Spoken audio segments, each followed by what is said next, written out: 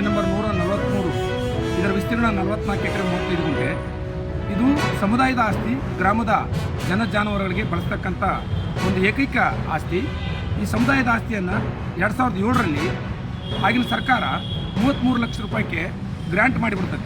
ಯಾಕಂದರೆ ಯಾರು ಜನಾಭಿಪ್ರಾಯ ಕೇಳಲ್ಲ, ಗ್ರಾಮದ ಅಭಿಪ್ರಾಯನೂ ಕೇಳಲ್ಲ. ಆ ಸಂದರ್ಭದಲ್ಲಿ ಕೆರೆಗೊಳಿಸ್ಕೊಳ್ಬೇಕು, ನೀರು ಸಂಗ್ರಹ ಮಾಡಬೇಕು ಮತ್ತು ಅದನ್ನು ಅಭಿವೃದ್ಧಿಪಡಿಸಬೇಕಂತಕ್ಕಂಥ ಷರತ್ತುಗಳು ಕೊಟ್ಟು ಜಿಲ್ಲಾಧಿಕಾರಿಗಳ ಮೂಲಕ ಬಲ್ಡೋಟ ಕಂಪನಿಗೆ ಅದನ್ನು ಮಂಜೂರಿ ಮಾಡ್ತಾರೆ.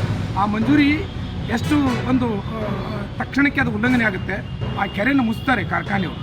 ಕೆರೆ 12 ಎಕರೆ ಕೆರೆಯನ್ನು ಮುಚ್ಚಿದಾಗಲೂ ಸಹಿತ ಆ ಷರತ್ತು ಉಲ್ಲಂಘನೆ ಆದರೂ ಸಹಿತ ಸರ್ಕಾರ ಅದರ ಮೇಲೆ ಜಿಲ್ಲಾಧಿಕಾರಿಗಳು ಯಾವುದೇ ಕ್ರಮ ತಗೊಳ್ಳೋದಿಲ್ಲ.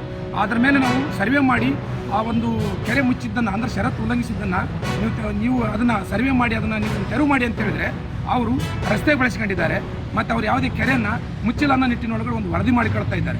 ಅದಲ್ಲದೆ ಜಿಲ್ಲಾಧಿಕಾರಿಗಳು ಇವತ್ತು ಯಾವ ಒಂದು ನಿಲುವಿಗೆ ಬಂದಾರಂತಂದರೆ ಸುಪ್ರೀಂ ಕೋರ್ಟ್ನಲ್ಲಿ ಇಲ್ಲದ ಮಾಹಿತಿಯನ್ನು ಹೇಳಿ ಸುಪ್ರೀಂ ಕೋರ್ಟ್ ಪ್ಯೂರ್ಲಿ ಅದು ಲ್ಯಾಂಡ್ ಅಕ್ವಿಸಿಷನ್ 1034 ಎಕರೆಗೆ ಸಂಬಂಧಪಟ್ಟಂಥದ್ದು.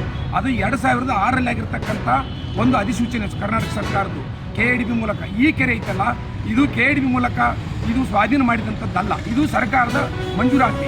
ಈ ಸರ್ಕಾರದ ಮಂಜೂರಾತಿ 2007ರಲ್ಲಿ ಆಗುತ್ತೆ. ಆಗಿನಿಂದಲೂ ಸಹಿತ ನಾವು ರಿಟರ್ನ್ ಹಾಕಿ ಹೈಕೋರ್ಟ್ನಲ್ಲಿ 2009ರಲ್ಲಿ ನಾವು ರಿಟರ್ನ್ ಹಾಕೋದ್ರ ಮೂಲಕ 2022 ಜನವರಿ 5ಕ್ಕೆ ಆ ರಿಟ್ಟಿನಲ್ಲಿ ನಮಗೆ ನೀರು ಬಳಕೆಗೆ ಸುತ್ತಲ ಗ್ರಾಮಗಳು ಅದನ್ನು ಮುಕ್ತ ಮಾಡಿದೆ. ಮತ್ತು ಈ ಬಳಕೆಯನ್ನು ಯಾವುದೇ ಸರ್ಕಾರವಾಗಲಿ ಮತ್ತು ಕಂಪನಿ ಆಗಲಿ ತಡೆಯಕೂಡತಕ್ಕಂಥ ಷರತ್ತಿದೆ. ಆದರೂ ಸಹಿತ ಇವತ್ತು ಜಿಲ್ಲಾಧಿಕಾರಿಗಳು ಇಲ್ಲದ ಸುಪ್ರೀಂ ಕೋರ್ಟಲ್ಲಿ ಒಂದೇ ಒಂದು ಶಬ್ದ ಇಲ್ಲ ಸುಪ್ರೀಂ ಕೋರ್ಟ್ನ ಆದೇಶದಲ್ಲಿ. ಅದನ್ನು ಇಲ್ಲದನ್ನು ಇವರು ಸೃಷ್ಟಿ ಮಾಡಿ ಹೇಳ್ತಾರಂತಂದರೆ ಕಂಪನಿ ಪರವಾಗಿ ಮತ್ತು ಸರ್ಕಾರದ ಕೆಲವು ಕಾರ್ಯದರ್ಶಿಗಳ ಮಟ್ಟದಲ್ಲಿ ಇದೊಂದು ಮಿಲಾಪಿ ಬಾಜಿಯಾಗಿ ಮಾಡಿಕೊಂಡು ಈ ಕೆರೆಯನ್ನು ನುಂಗೋದಕ್ಕೆ ನೋಡ್ತಾ ಇದ್ದಾರೆ. ಇದನ್ನು ನಾವು ಖಂಡಿಸ್ತಾ ಇದ್ದೀವಿ.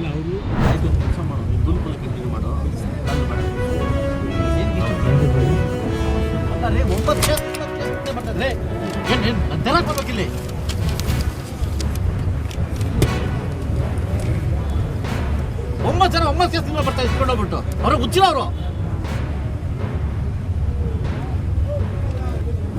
ಇಷ್ಟಾದ ಕೆಲಸ ಮಾಡಿ ಹೋಗ್ತಾರೆ ಸುಮ್ಮನೆ.